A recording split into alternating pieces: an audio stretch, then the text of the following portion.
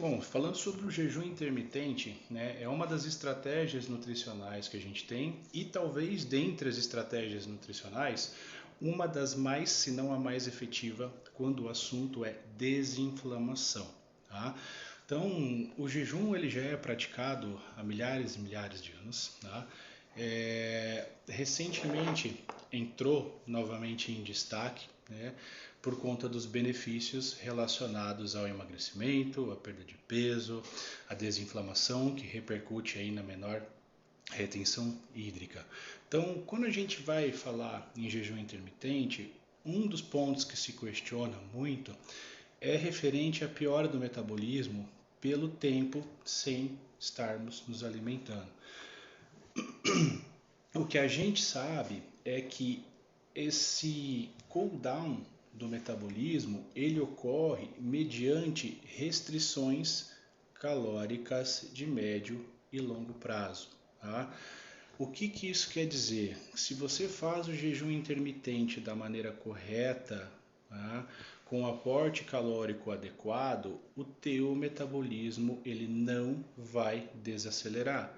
Muito pelo contrário, você tem algumas alterações metabólicas e hormonais, como diminuição da resistência insulínica, aumento da liberação e produção de hormônio de crescimento, produção de citocinas e quimiocinas anti-inflamatórias, melhora de saúde imunológica e intestinal, né, autofagia, dependendo do tempo de jejum que você praticar, que vão colaborar para o teu metabolismo funcionar de uma maneira mais adequada. Né? Uma das falhas, talvez, que a gente tenha quando a gente vai avaliar a questão metabólica é tentar ditar ritmo. Né?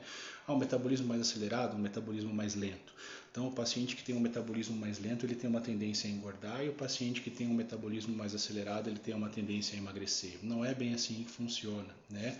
Nosso metabolismo ele é constituído de anabolismo e de catabolismo. Então, um metabolismo acelerado aquém do ideal pode sim ser prejudicial no sentido de catabolismo, até mesmo de massa muscular.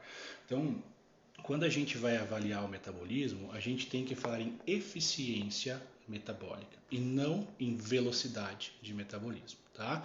Então, referente a essa questão da diminuição do metabolismo, isso é mito, tá? Isso não ocorre, a não ser que você associe uma restrição calórica nutricional de médio e longo prazo. Inclusive, tem um estudo bem interessante, que eles fizeram um follow-up com 2 grupos de mulheres, se não me engano por 6 ou 7 anos, eu já comentei esse estudo anteriormente aqui, com restrição calórica e atividade física, e sem restrição calórica e atividade física. Então eram 2 grupos de mulheres pós-menopausadas, né, que já não estavam em reposição hormonal, que já tem um fator de dificuldade a mais para baixar o peso, para metabolizar a gordura, tá, por conta da falta desses hormônios.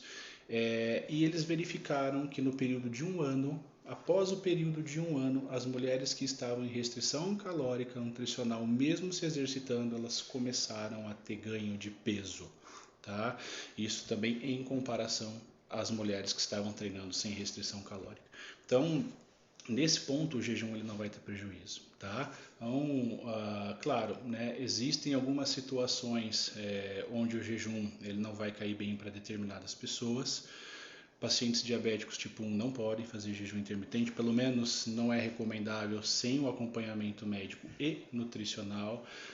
Pacientes gestantes e lactentes aí também, né, que estão amamentando, também não é indicado para toda paciente.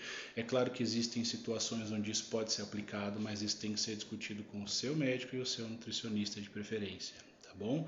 Então, referente ao jejum, para a gente finalizar esse vídeo aqui, principal benefício então é desinflamação, diminuição do estresse oxidativo, melhora, né, de eficiência metabólica, melhora de eficiência imunológica e melhora de função intestinal.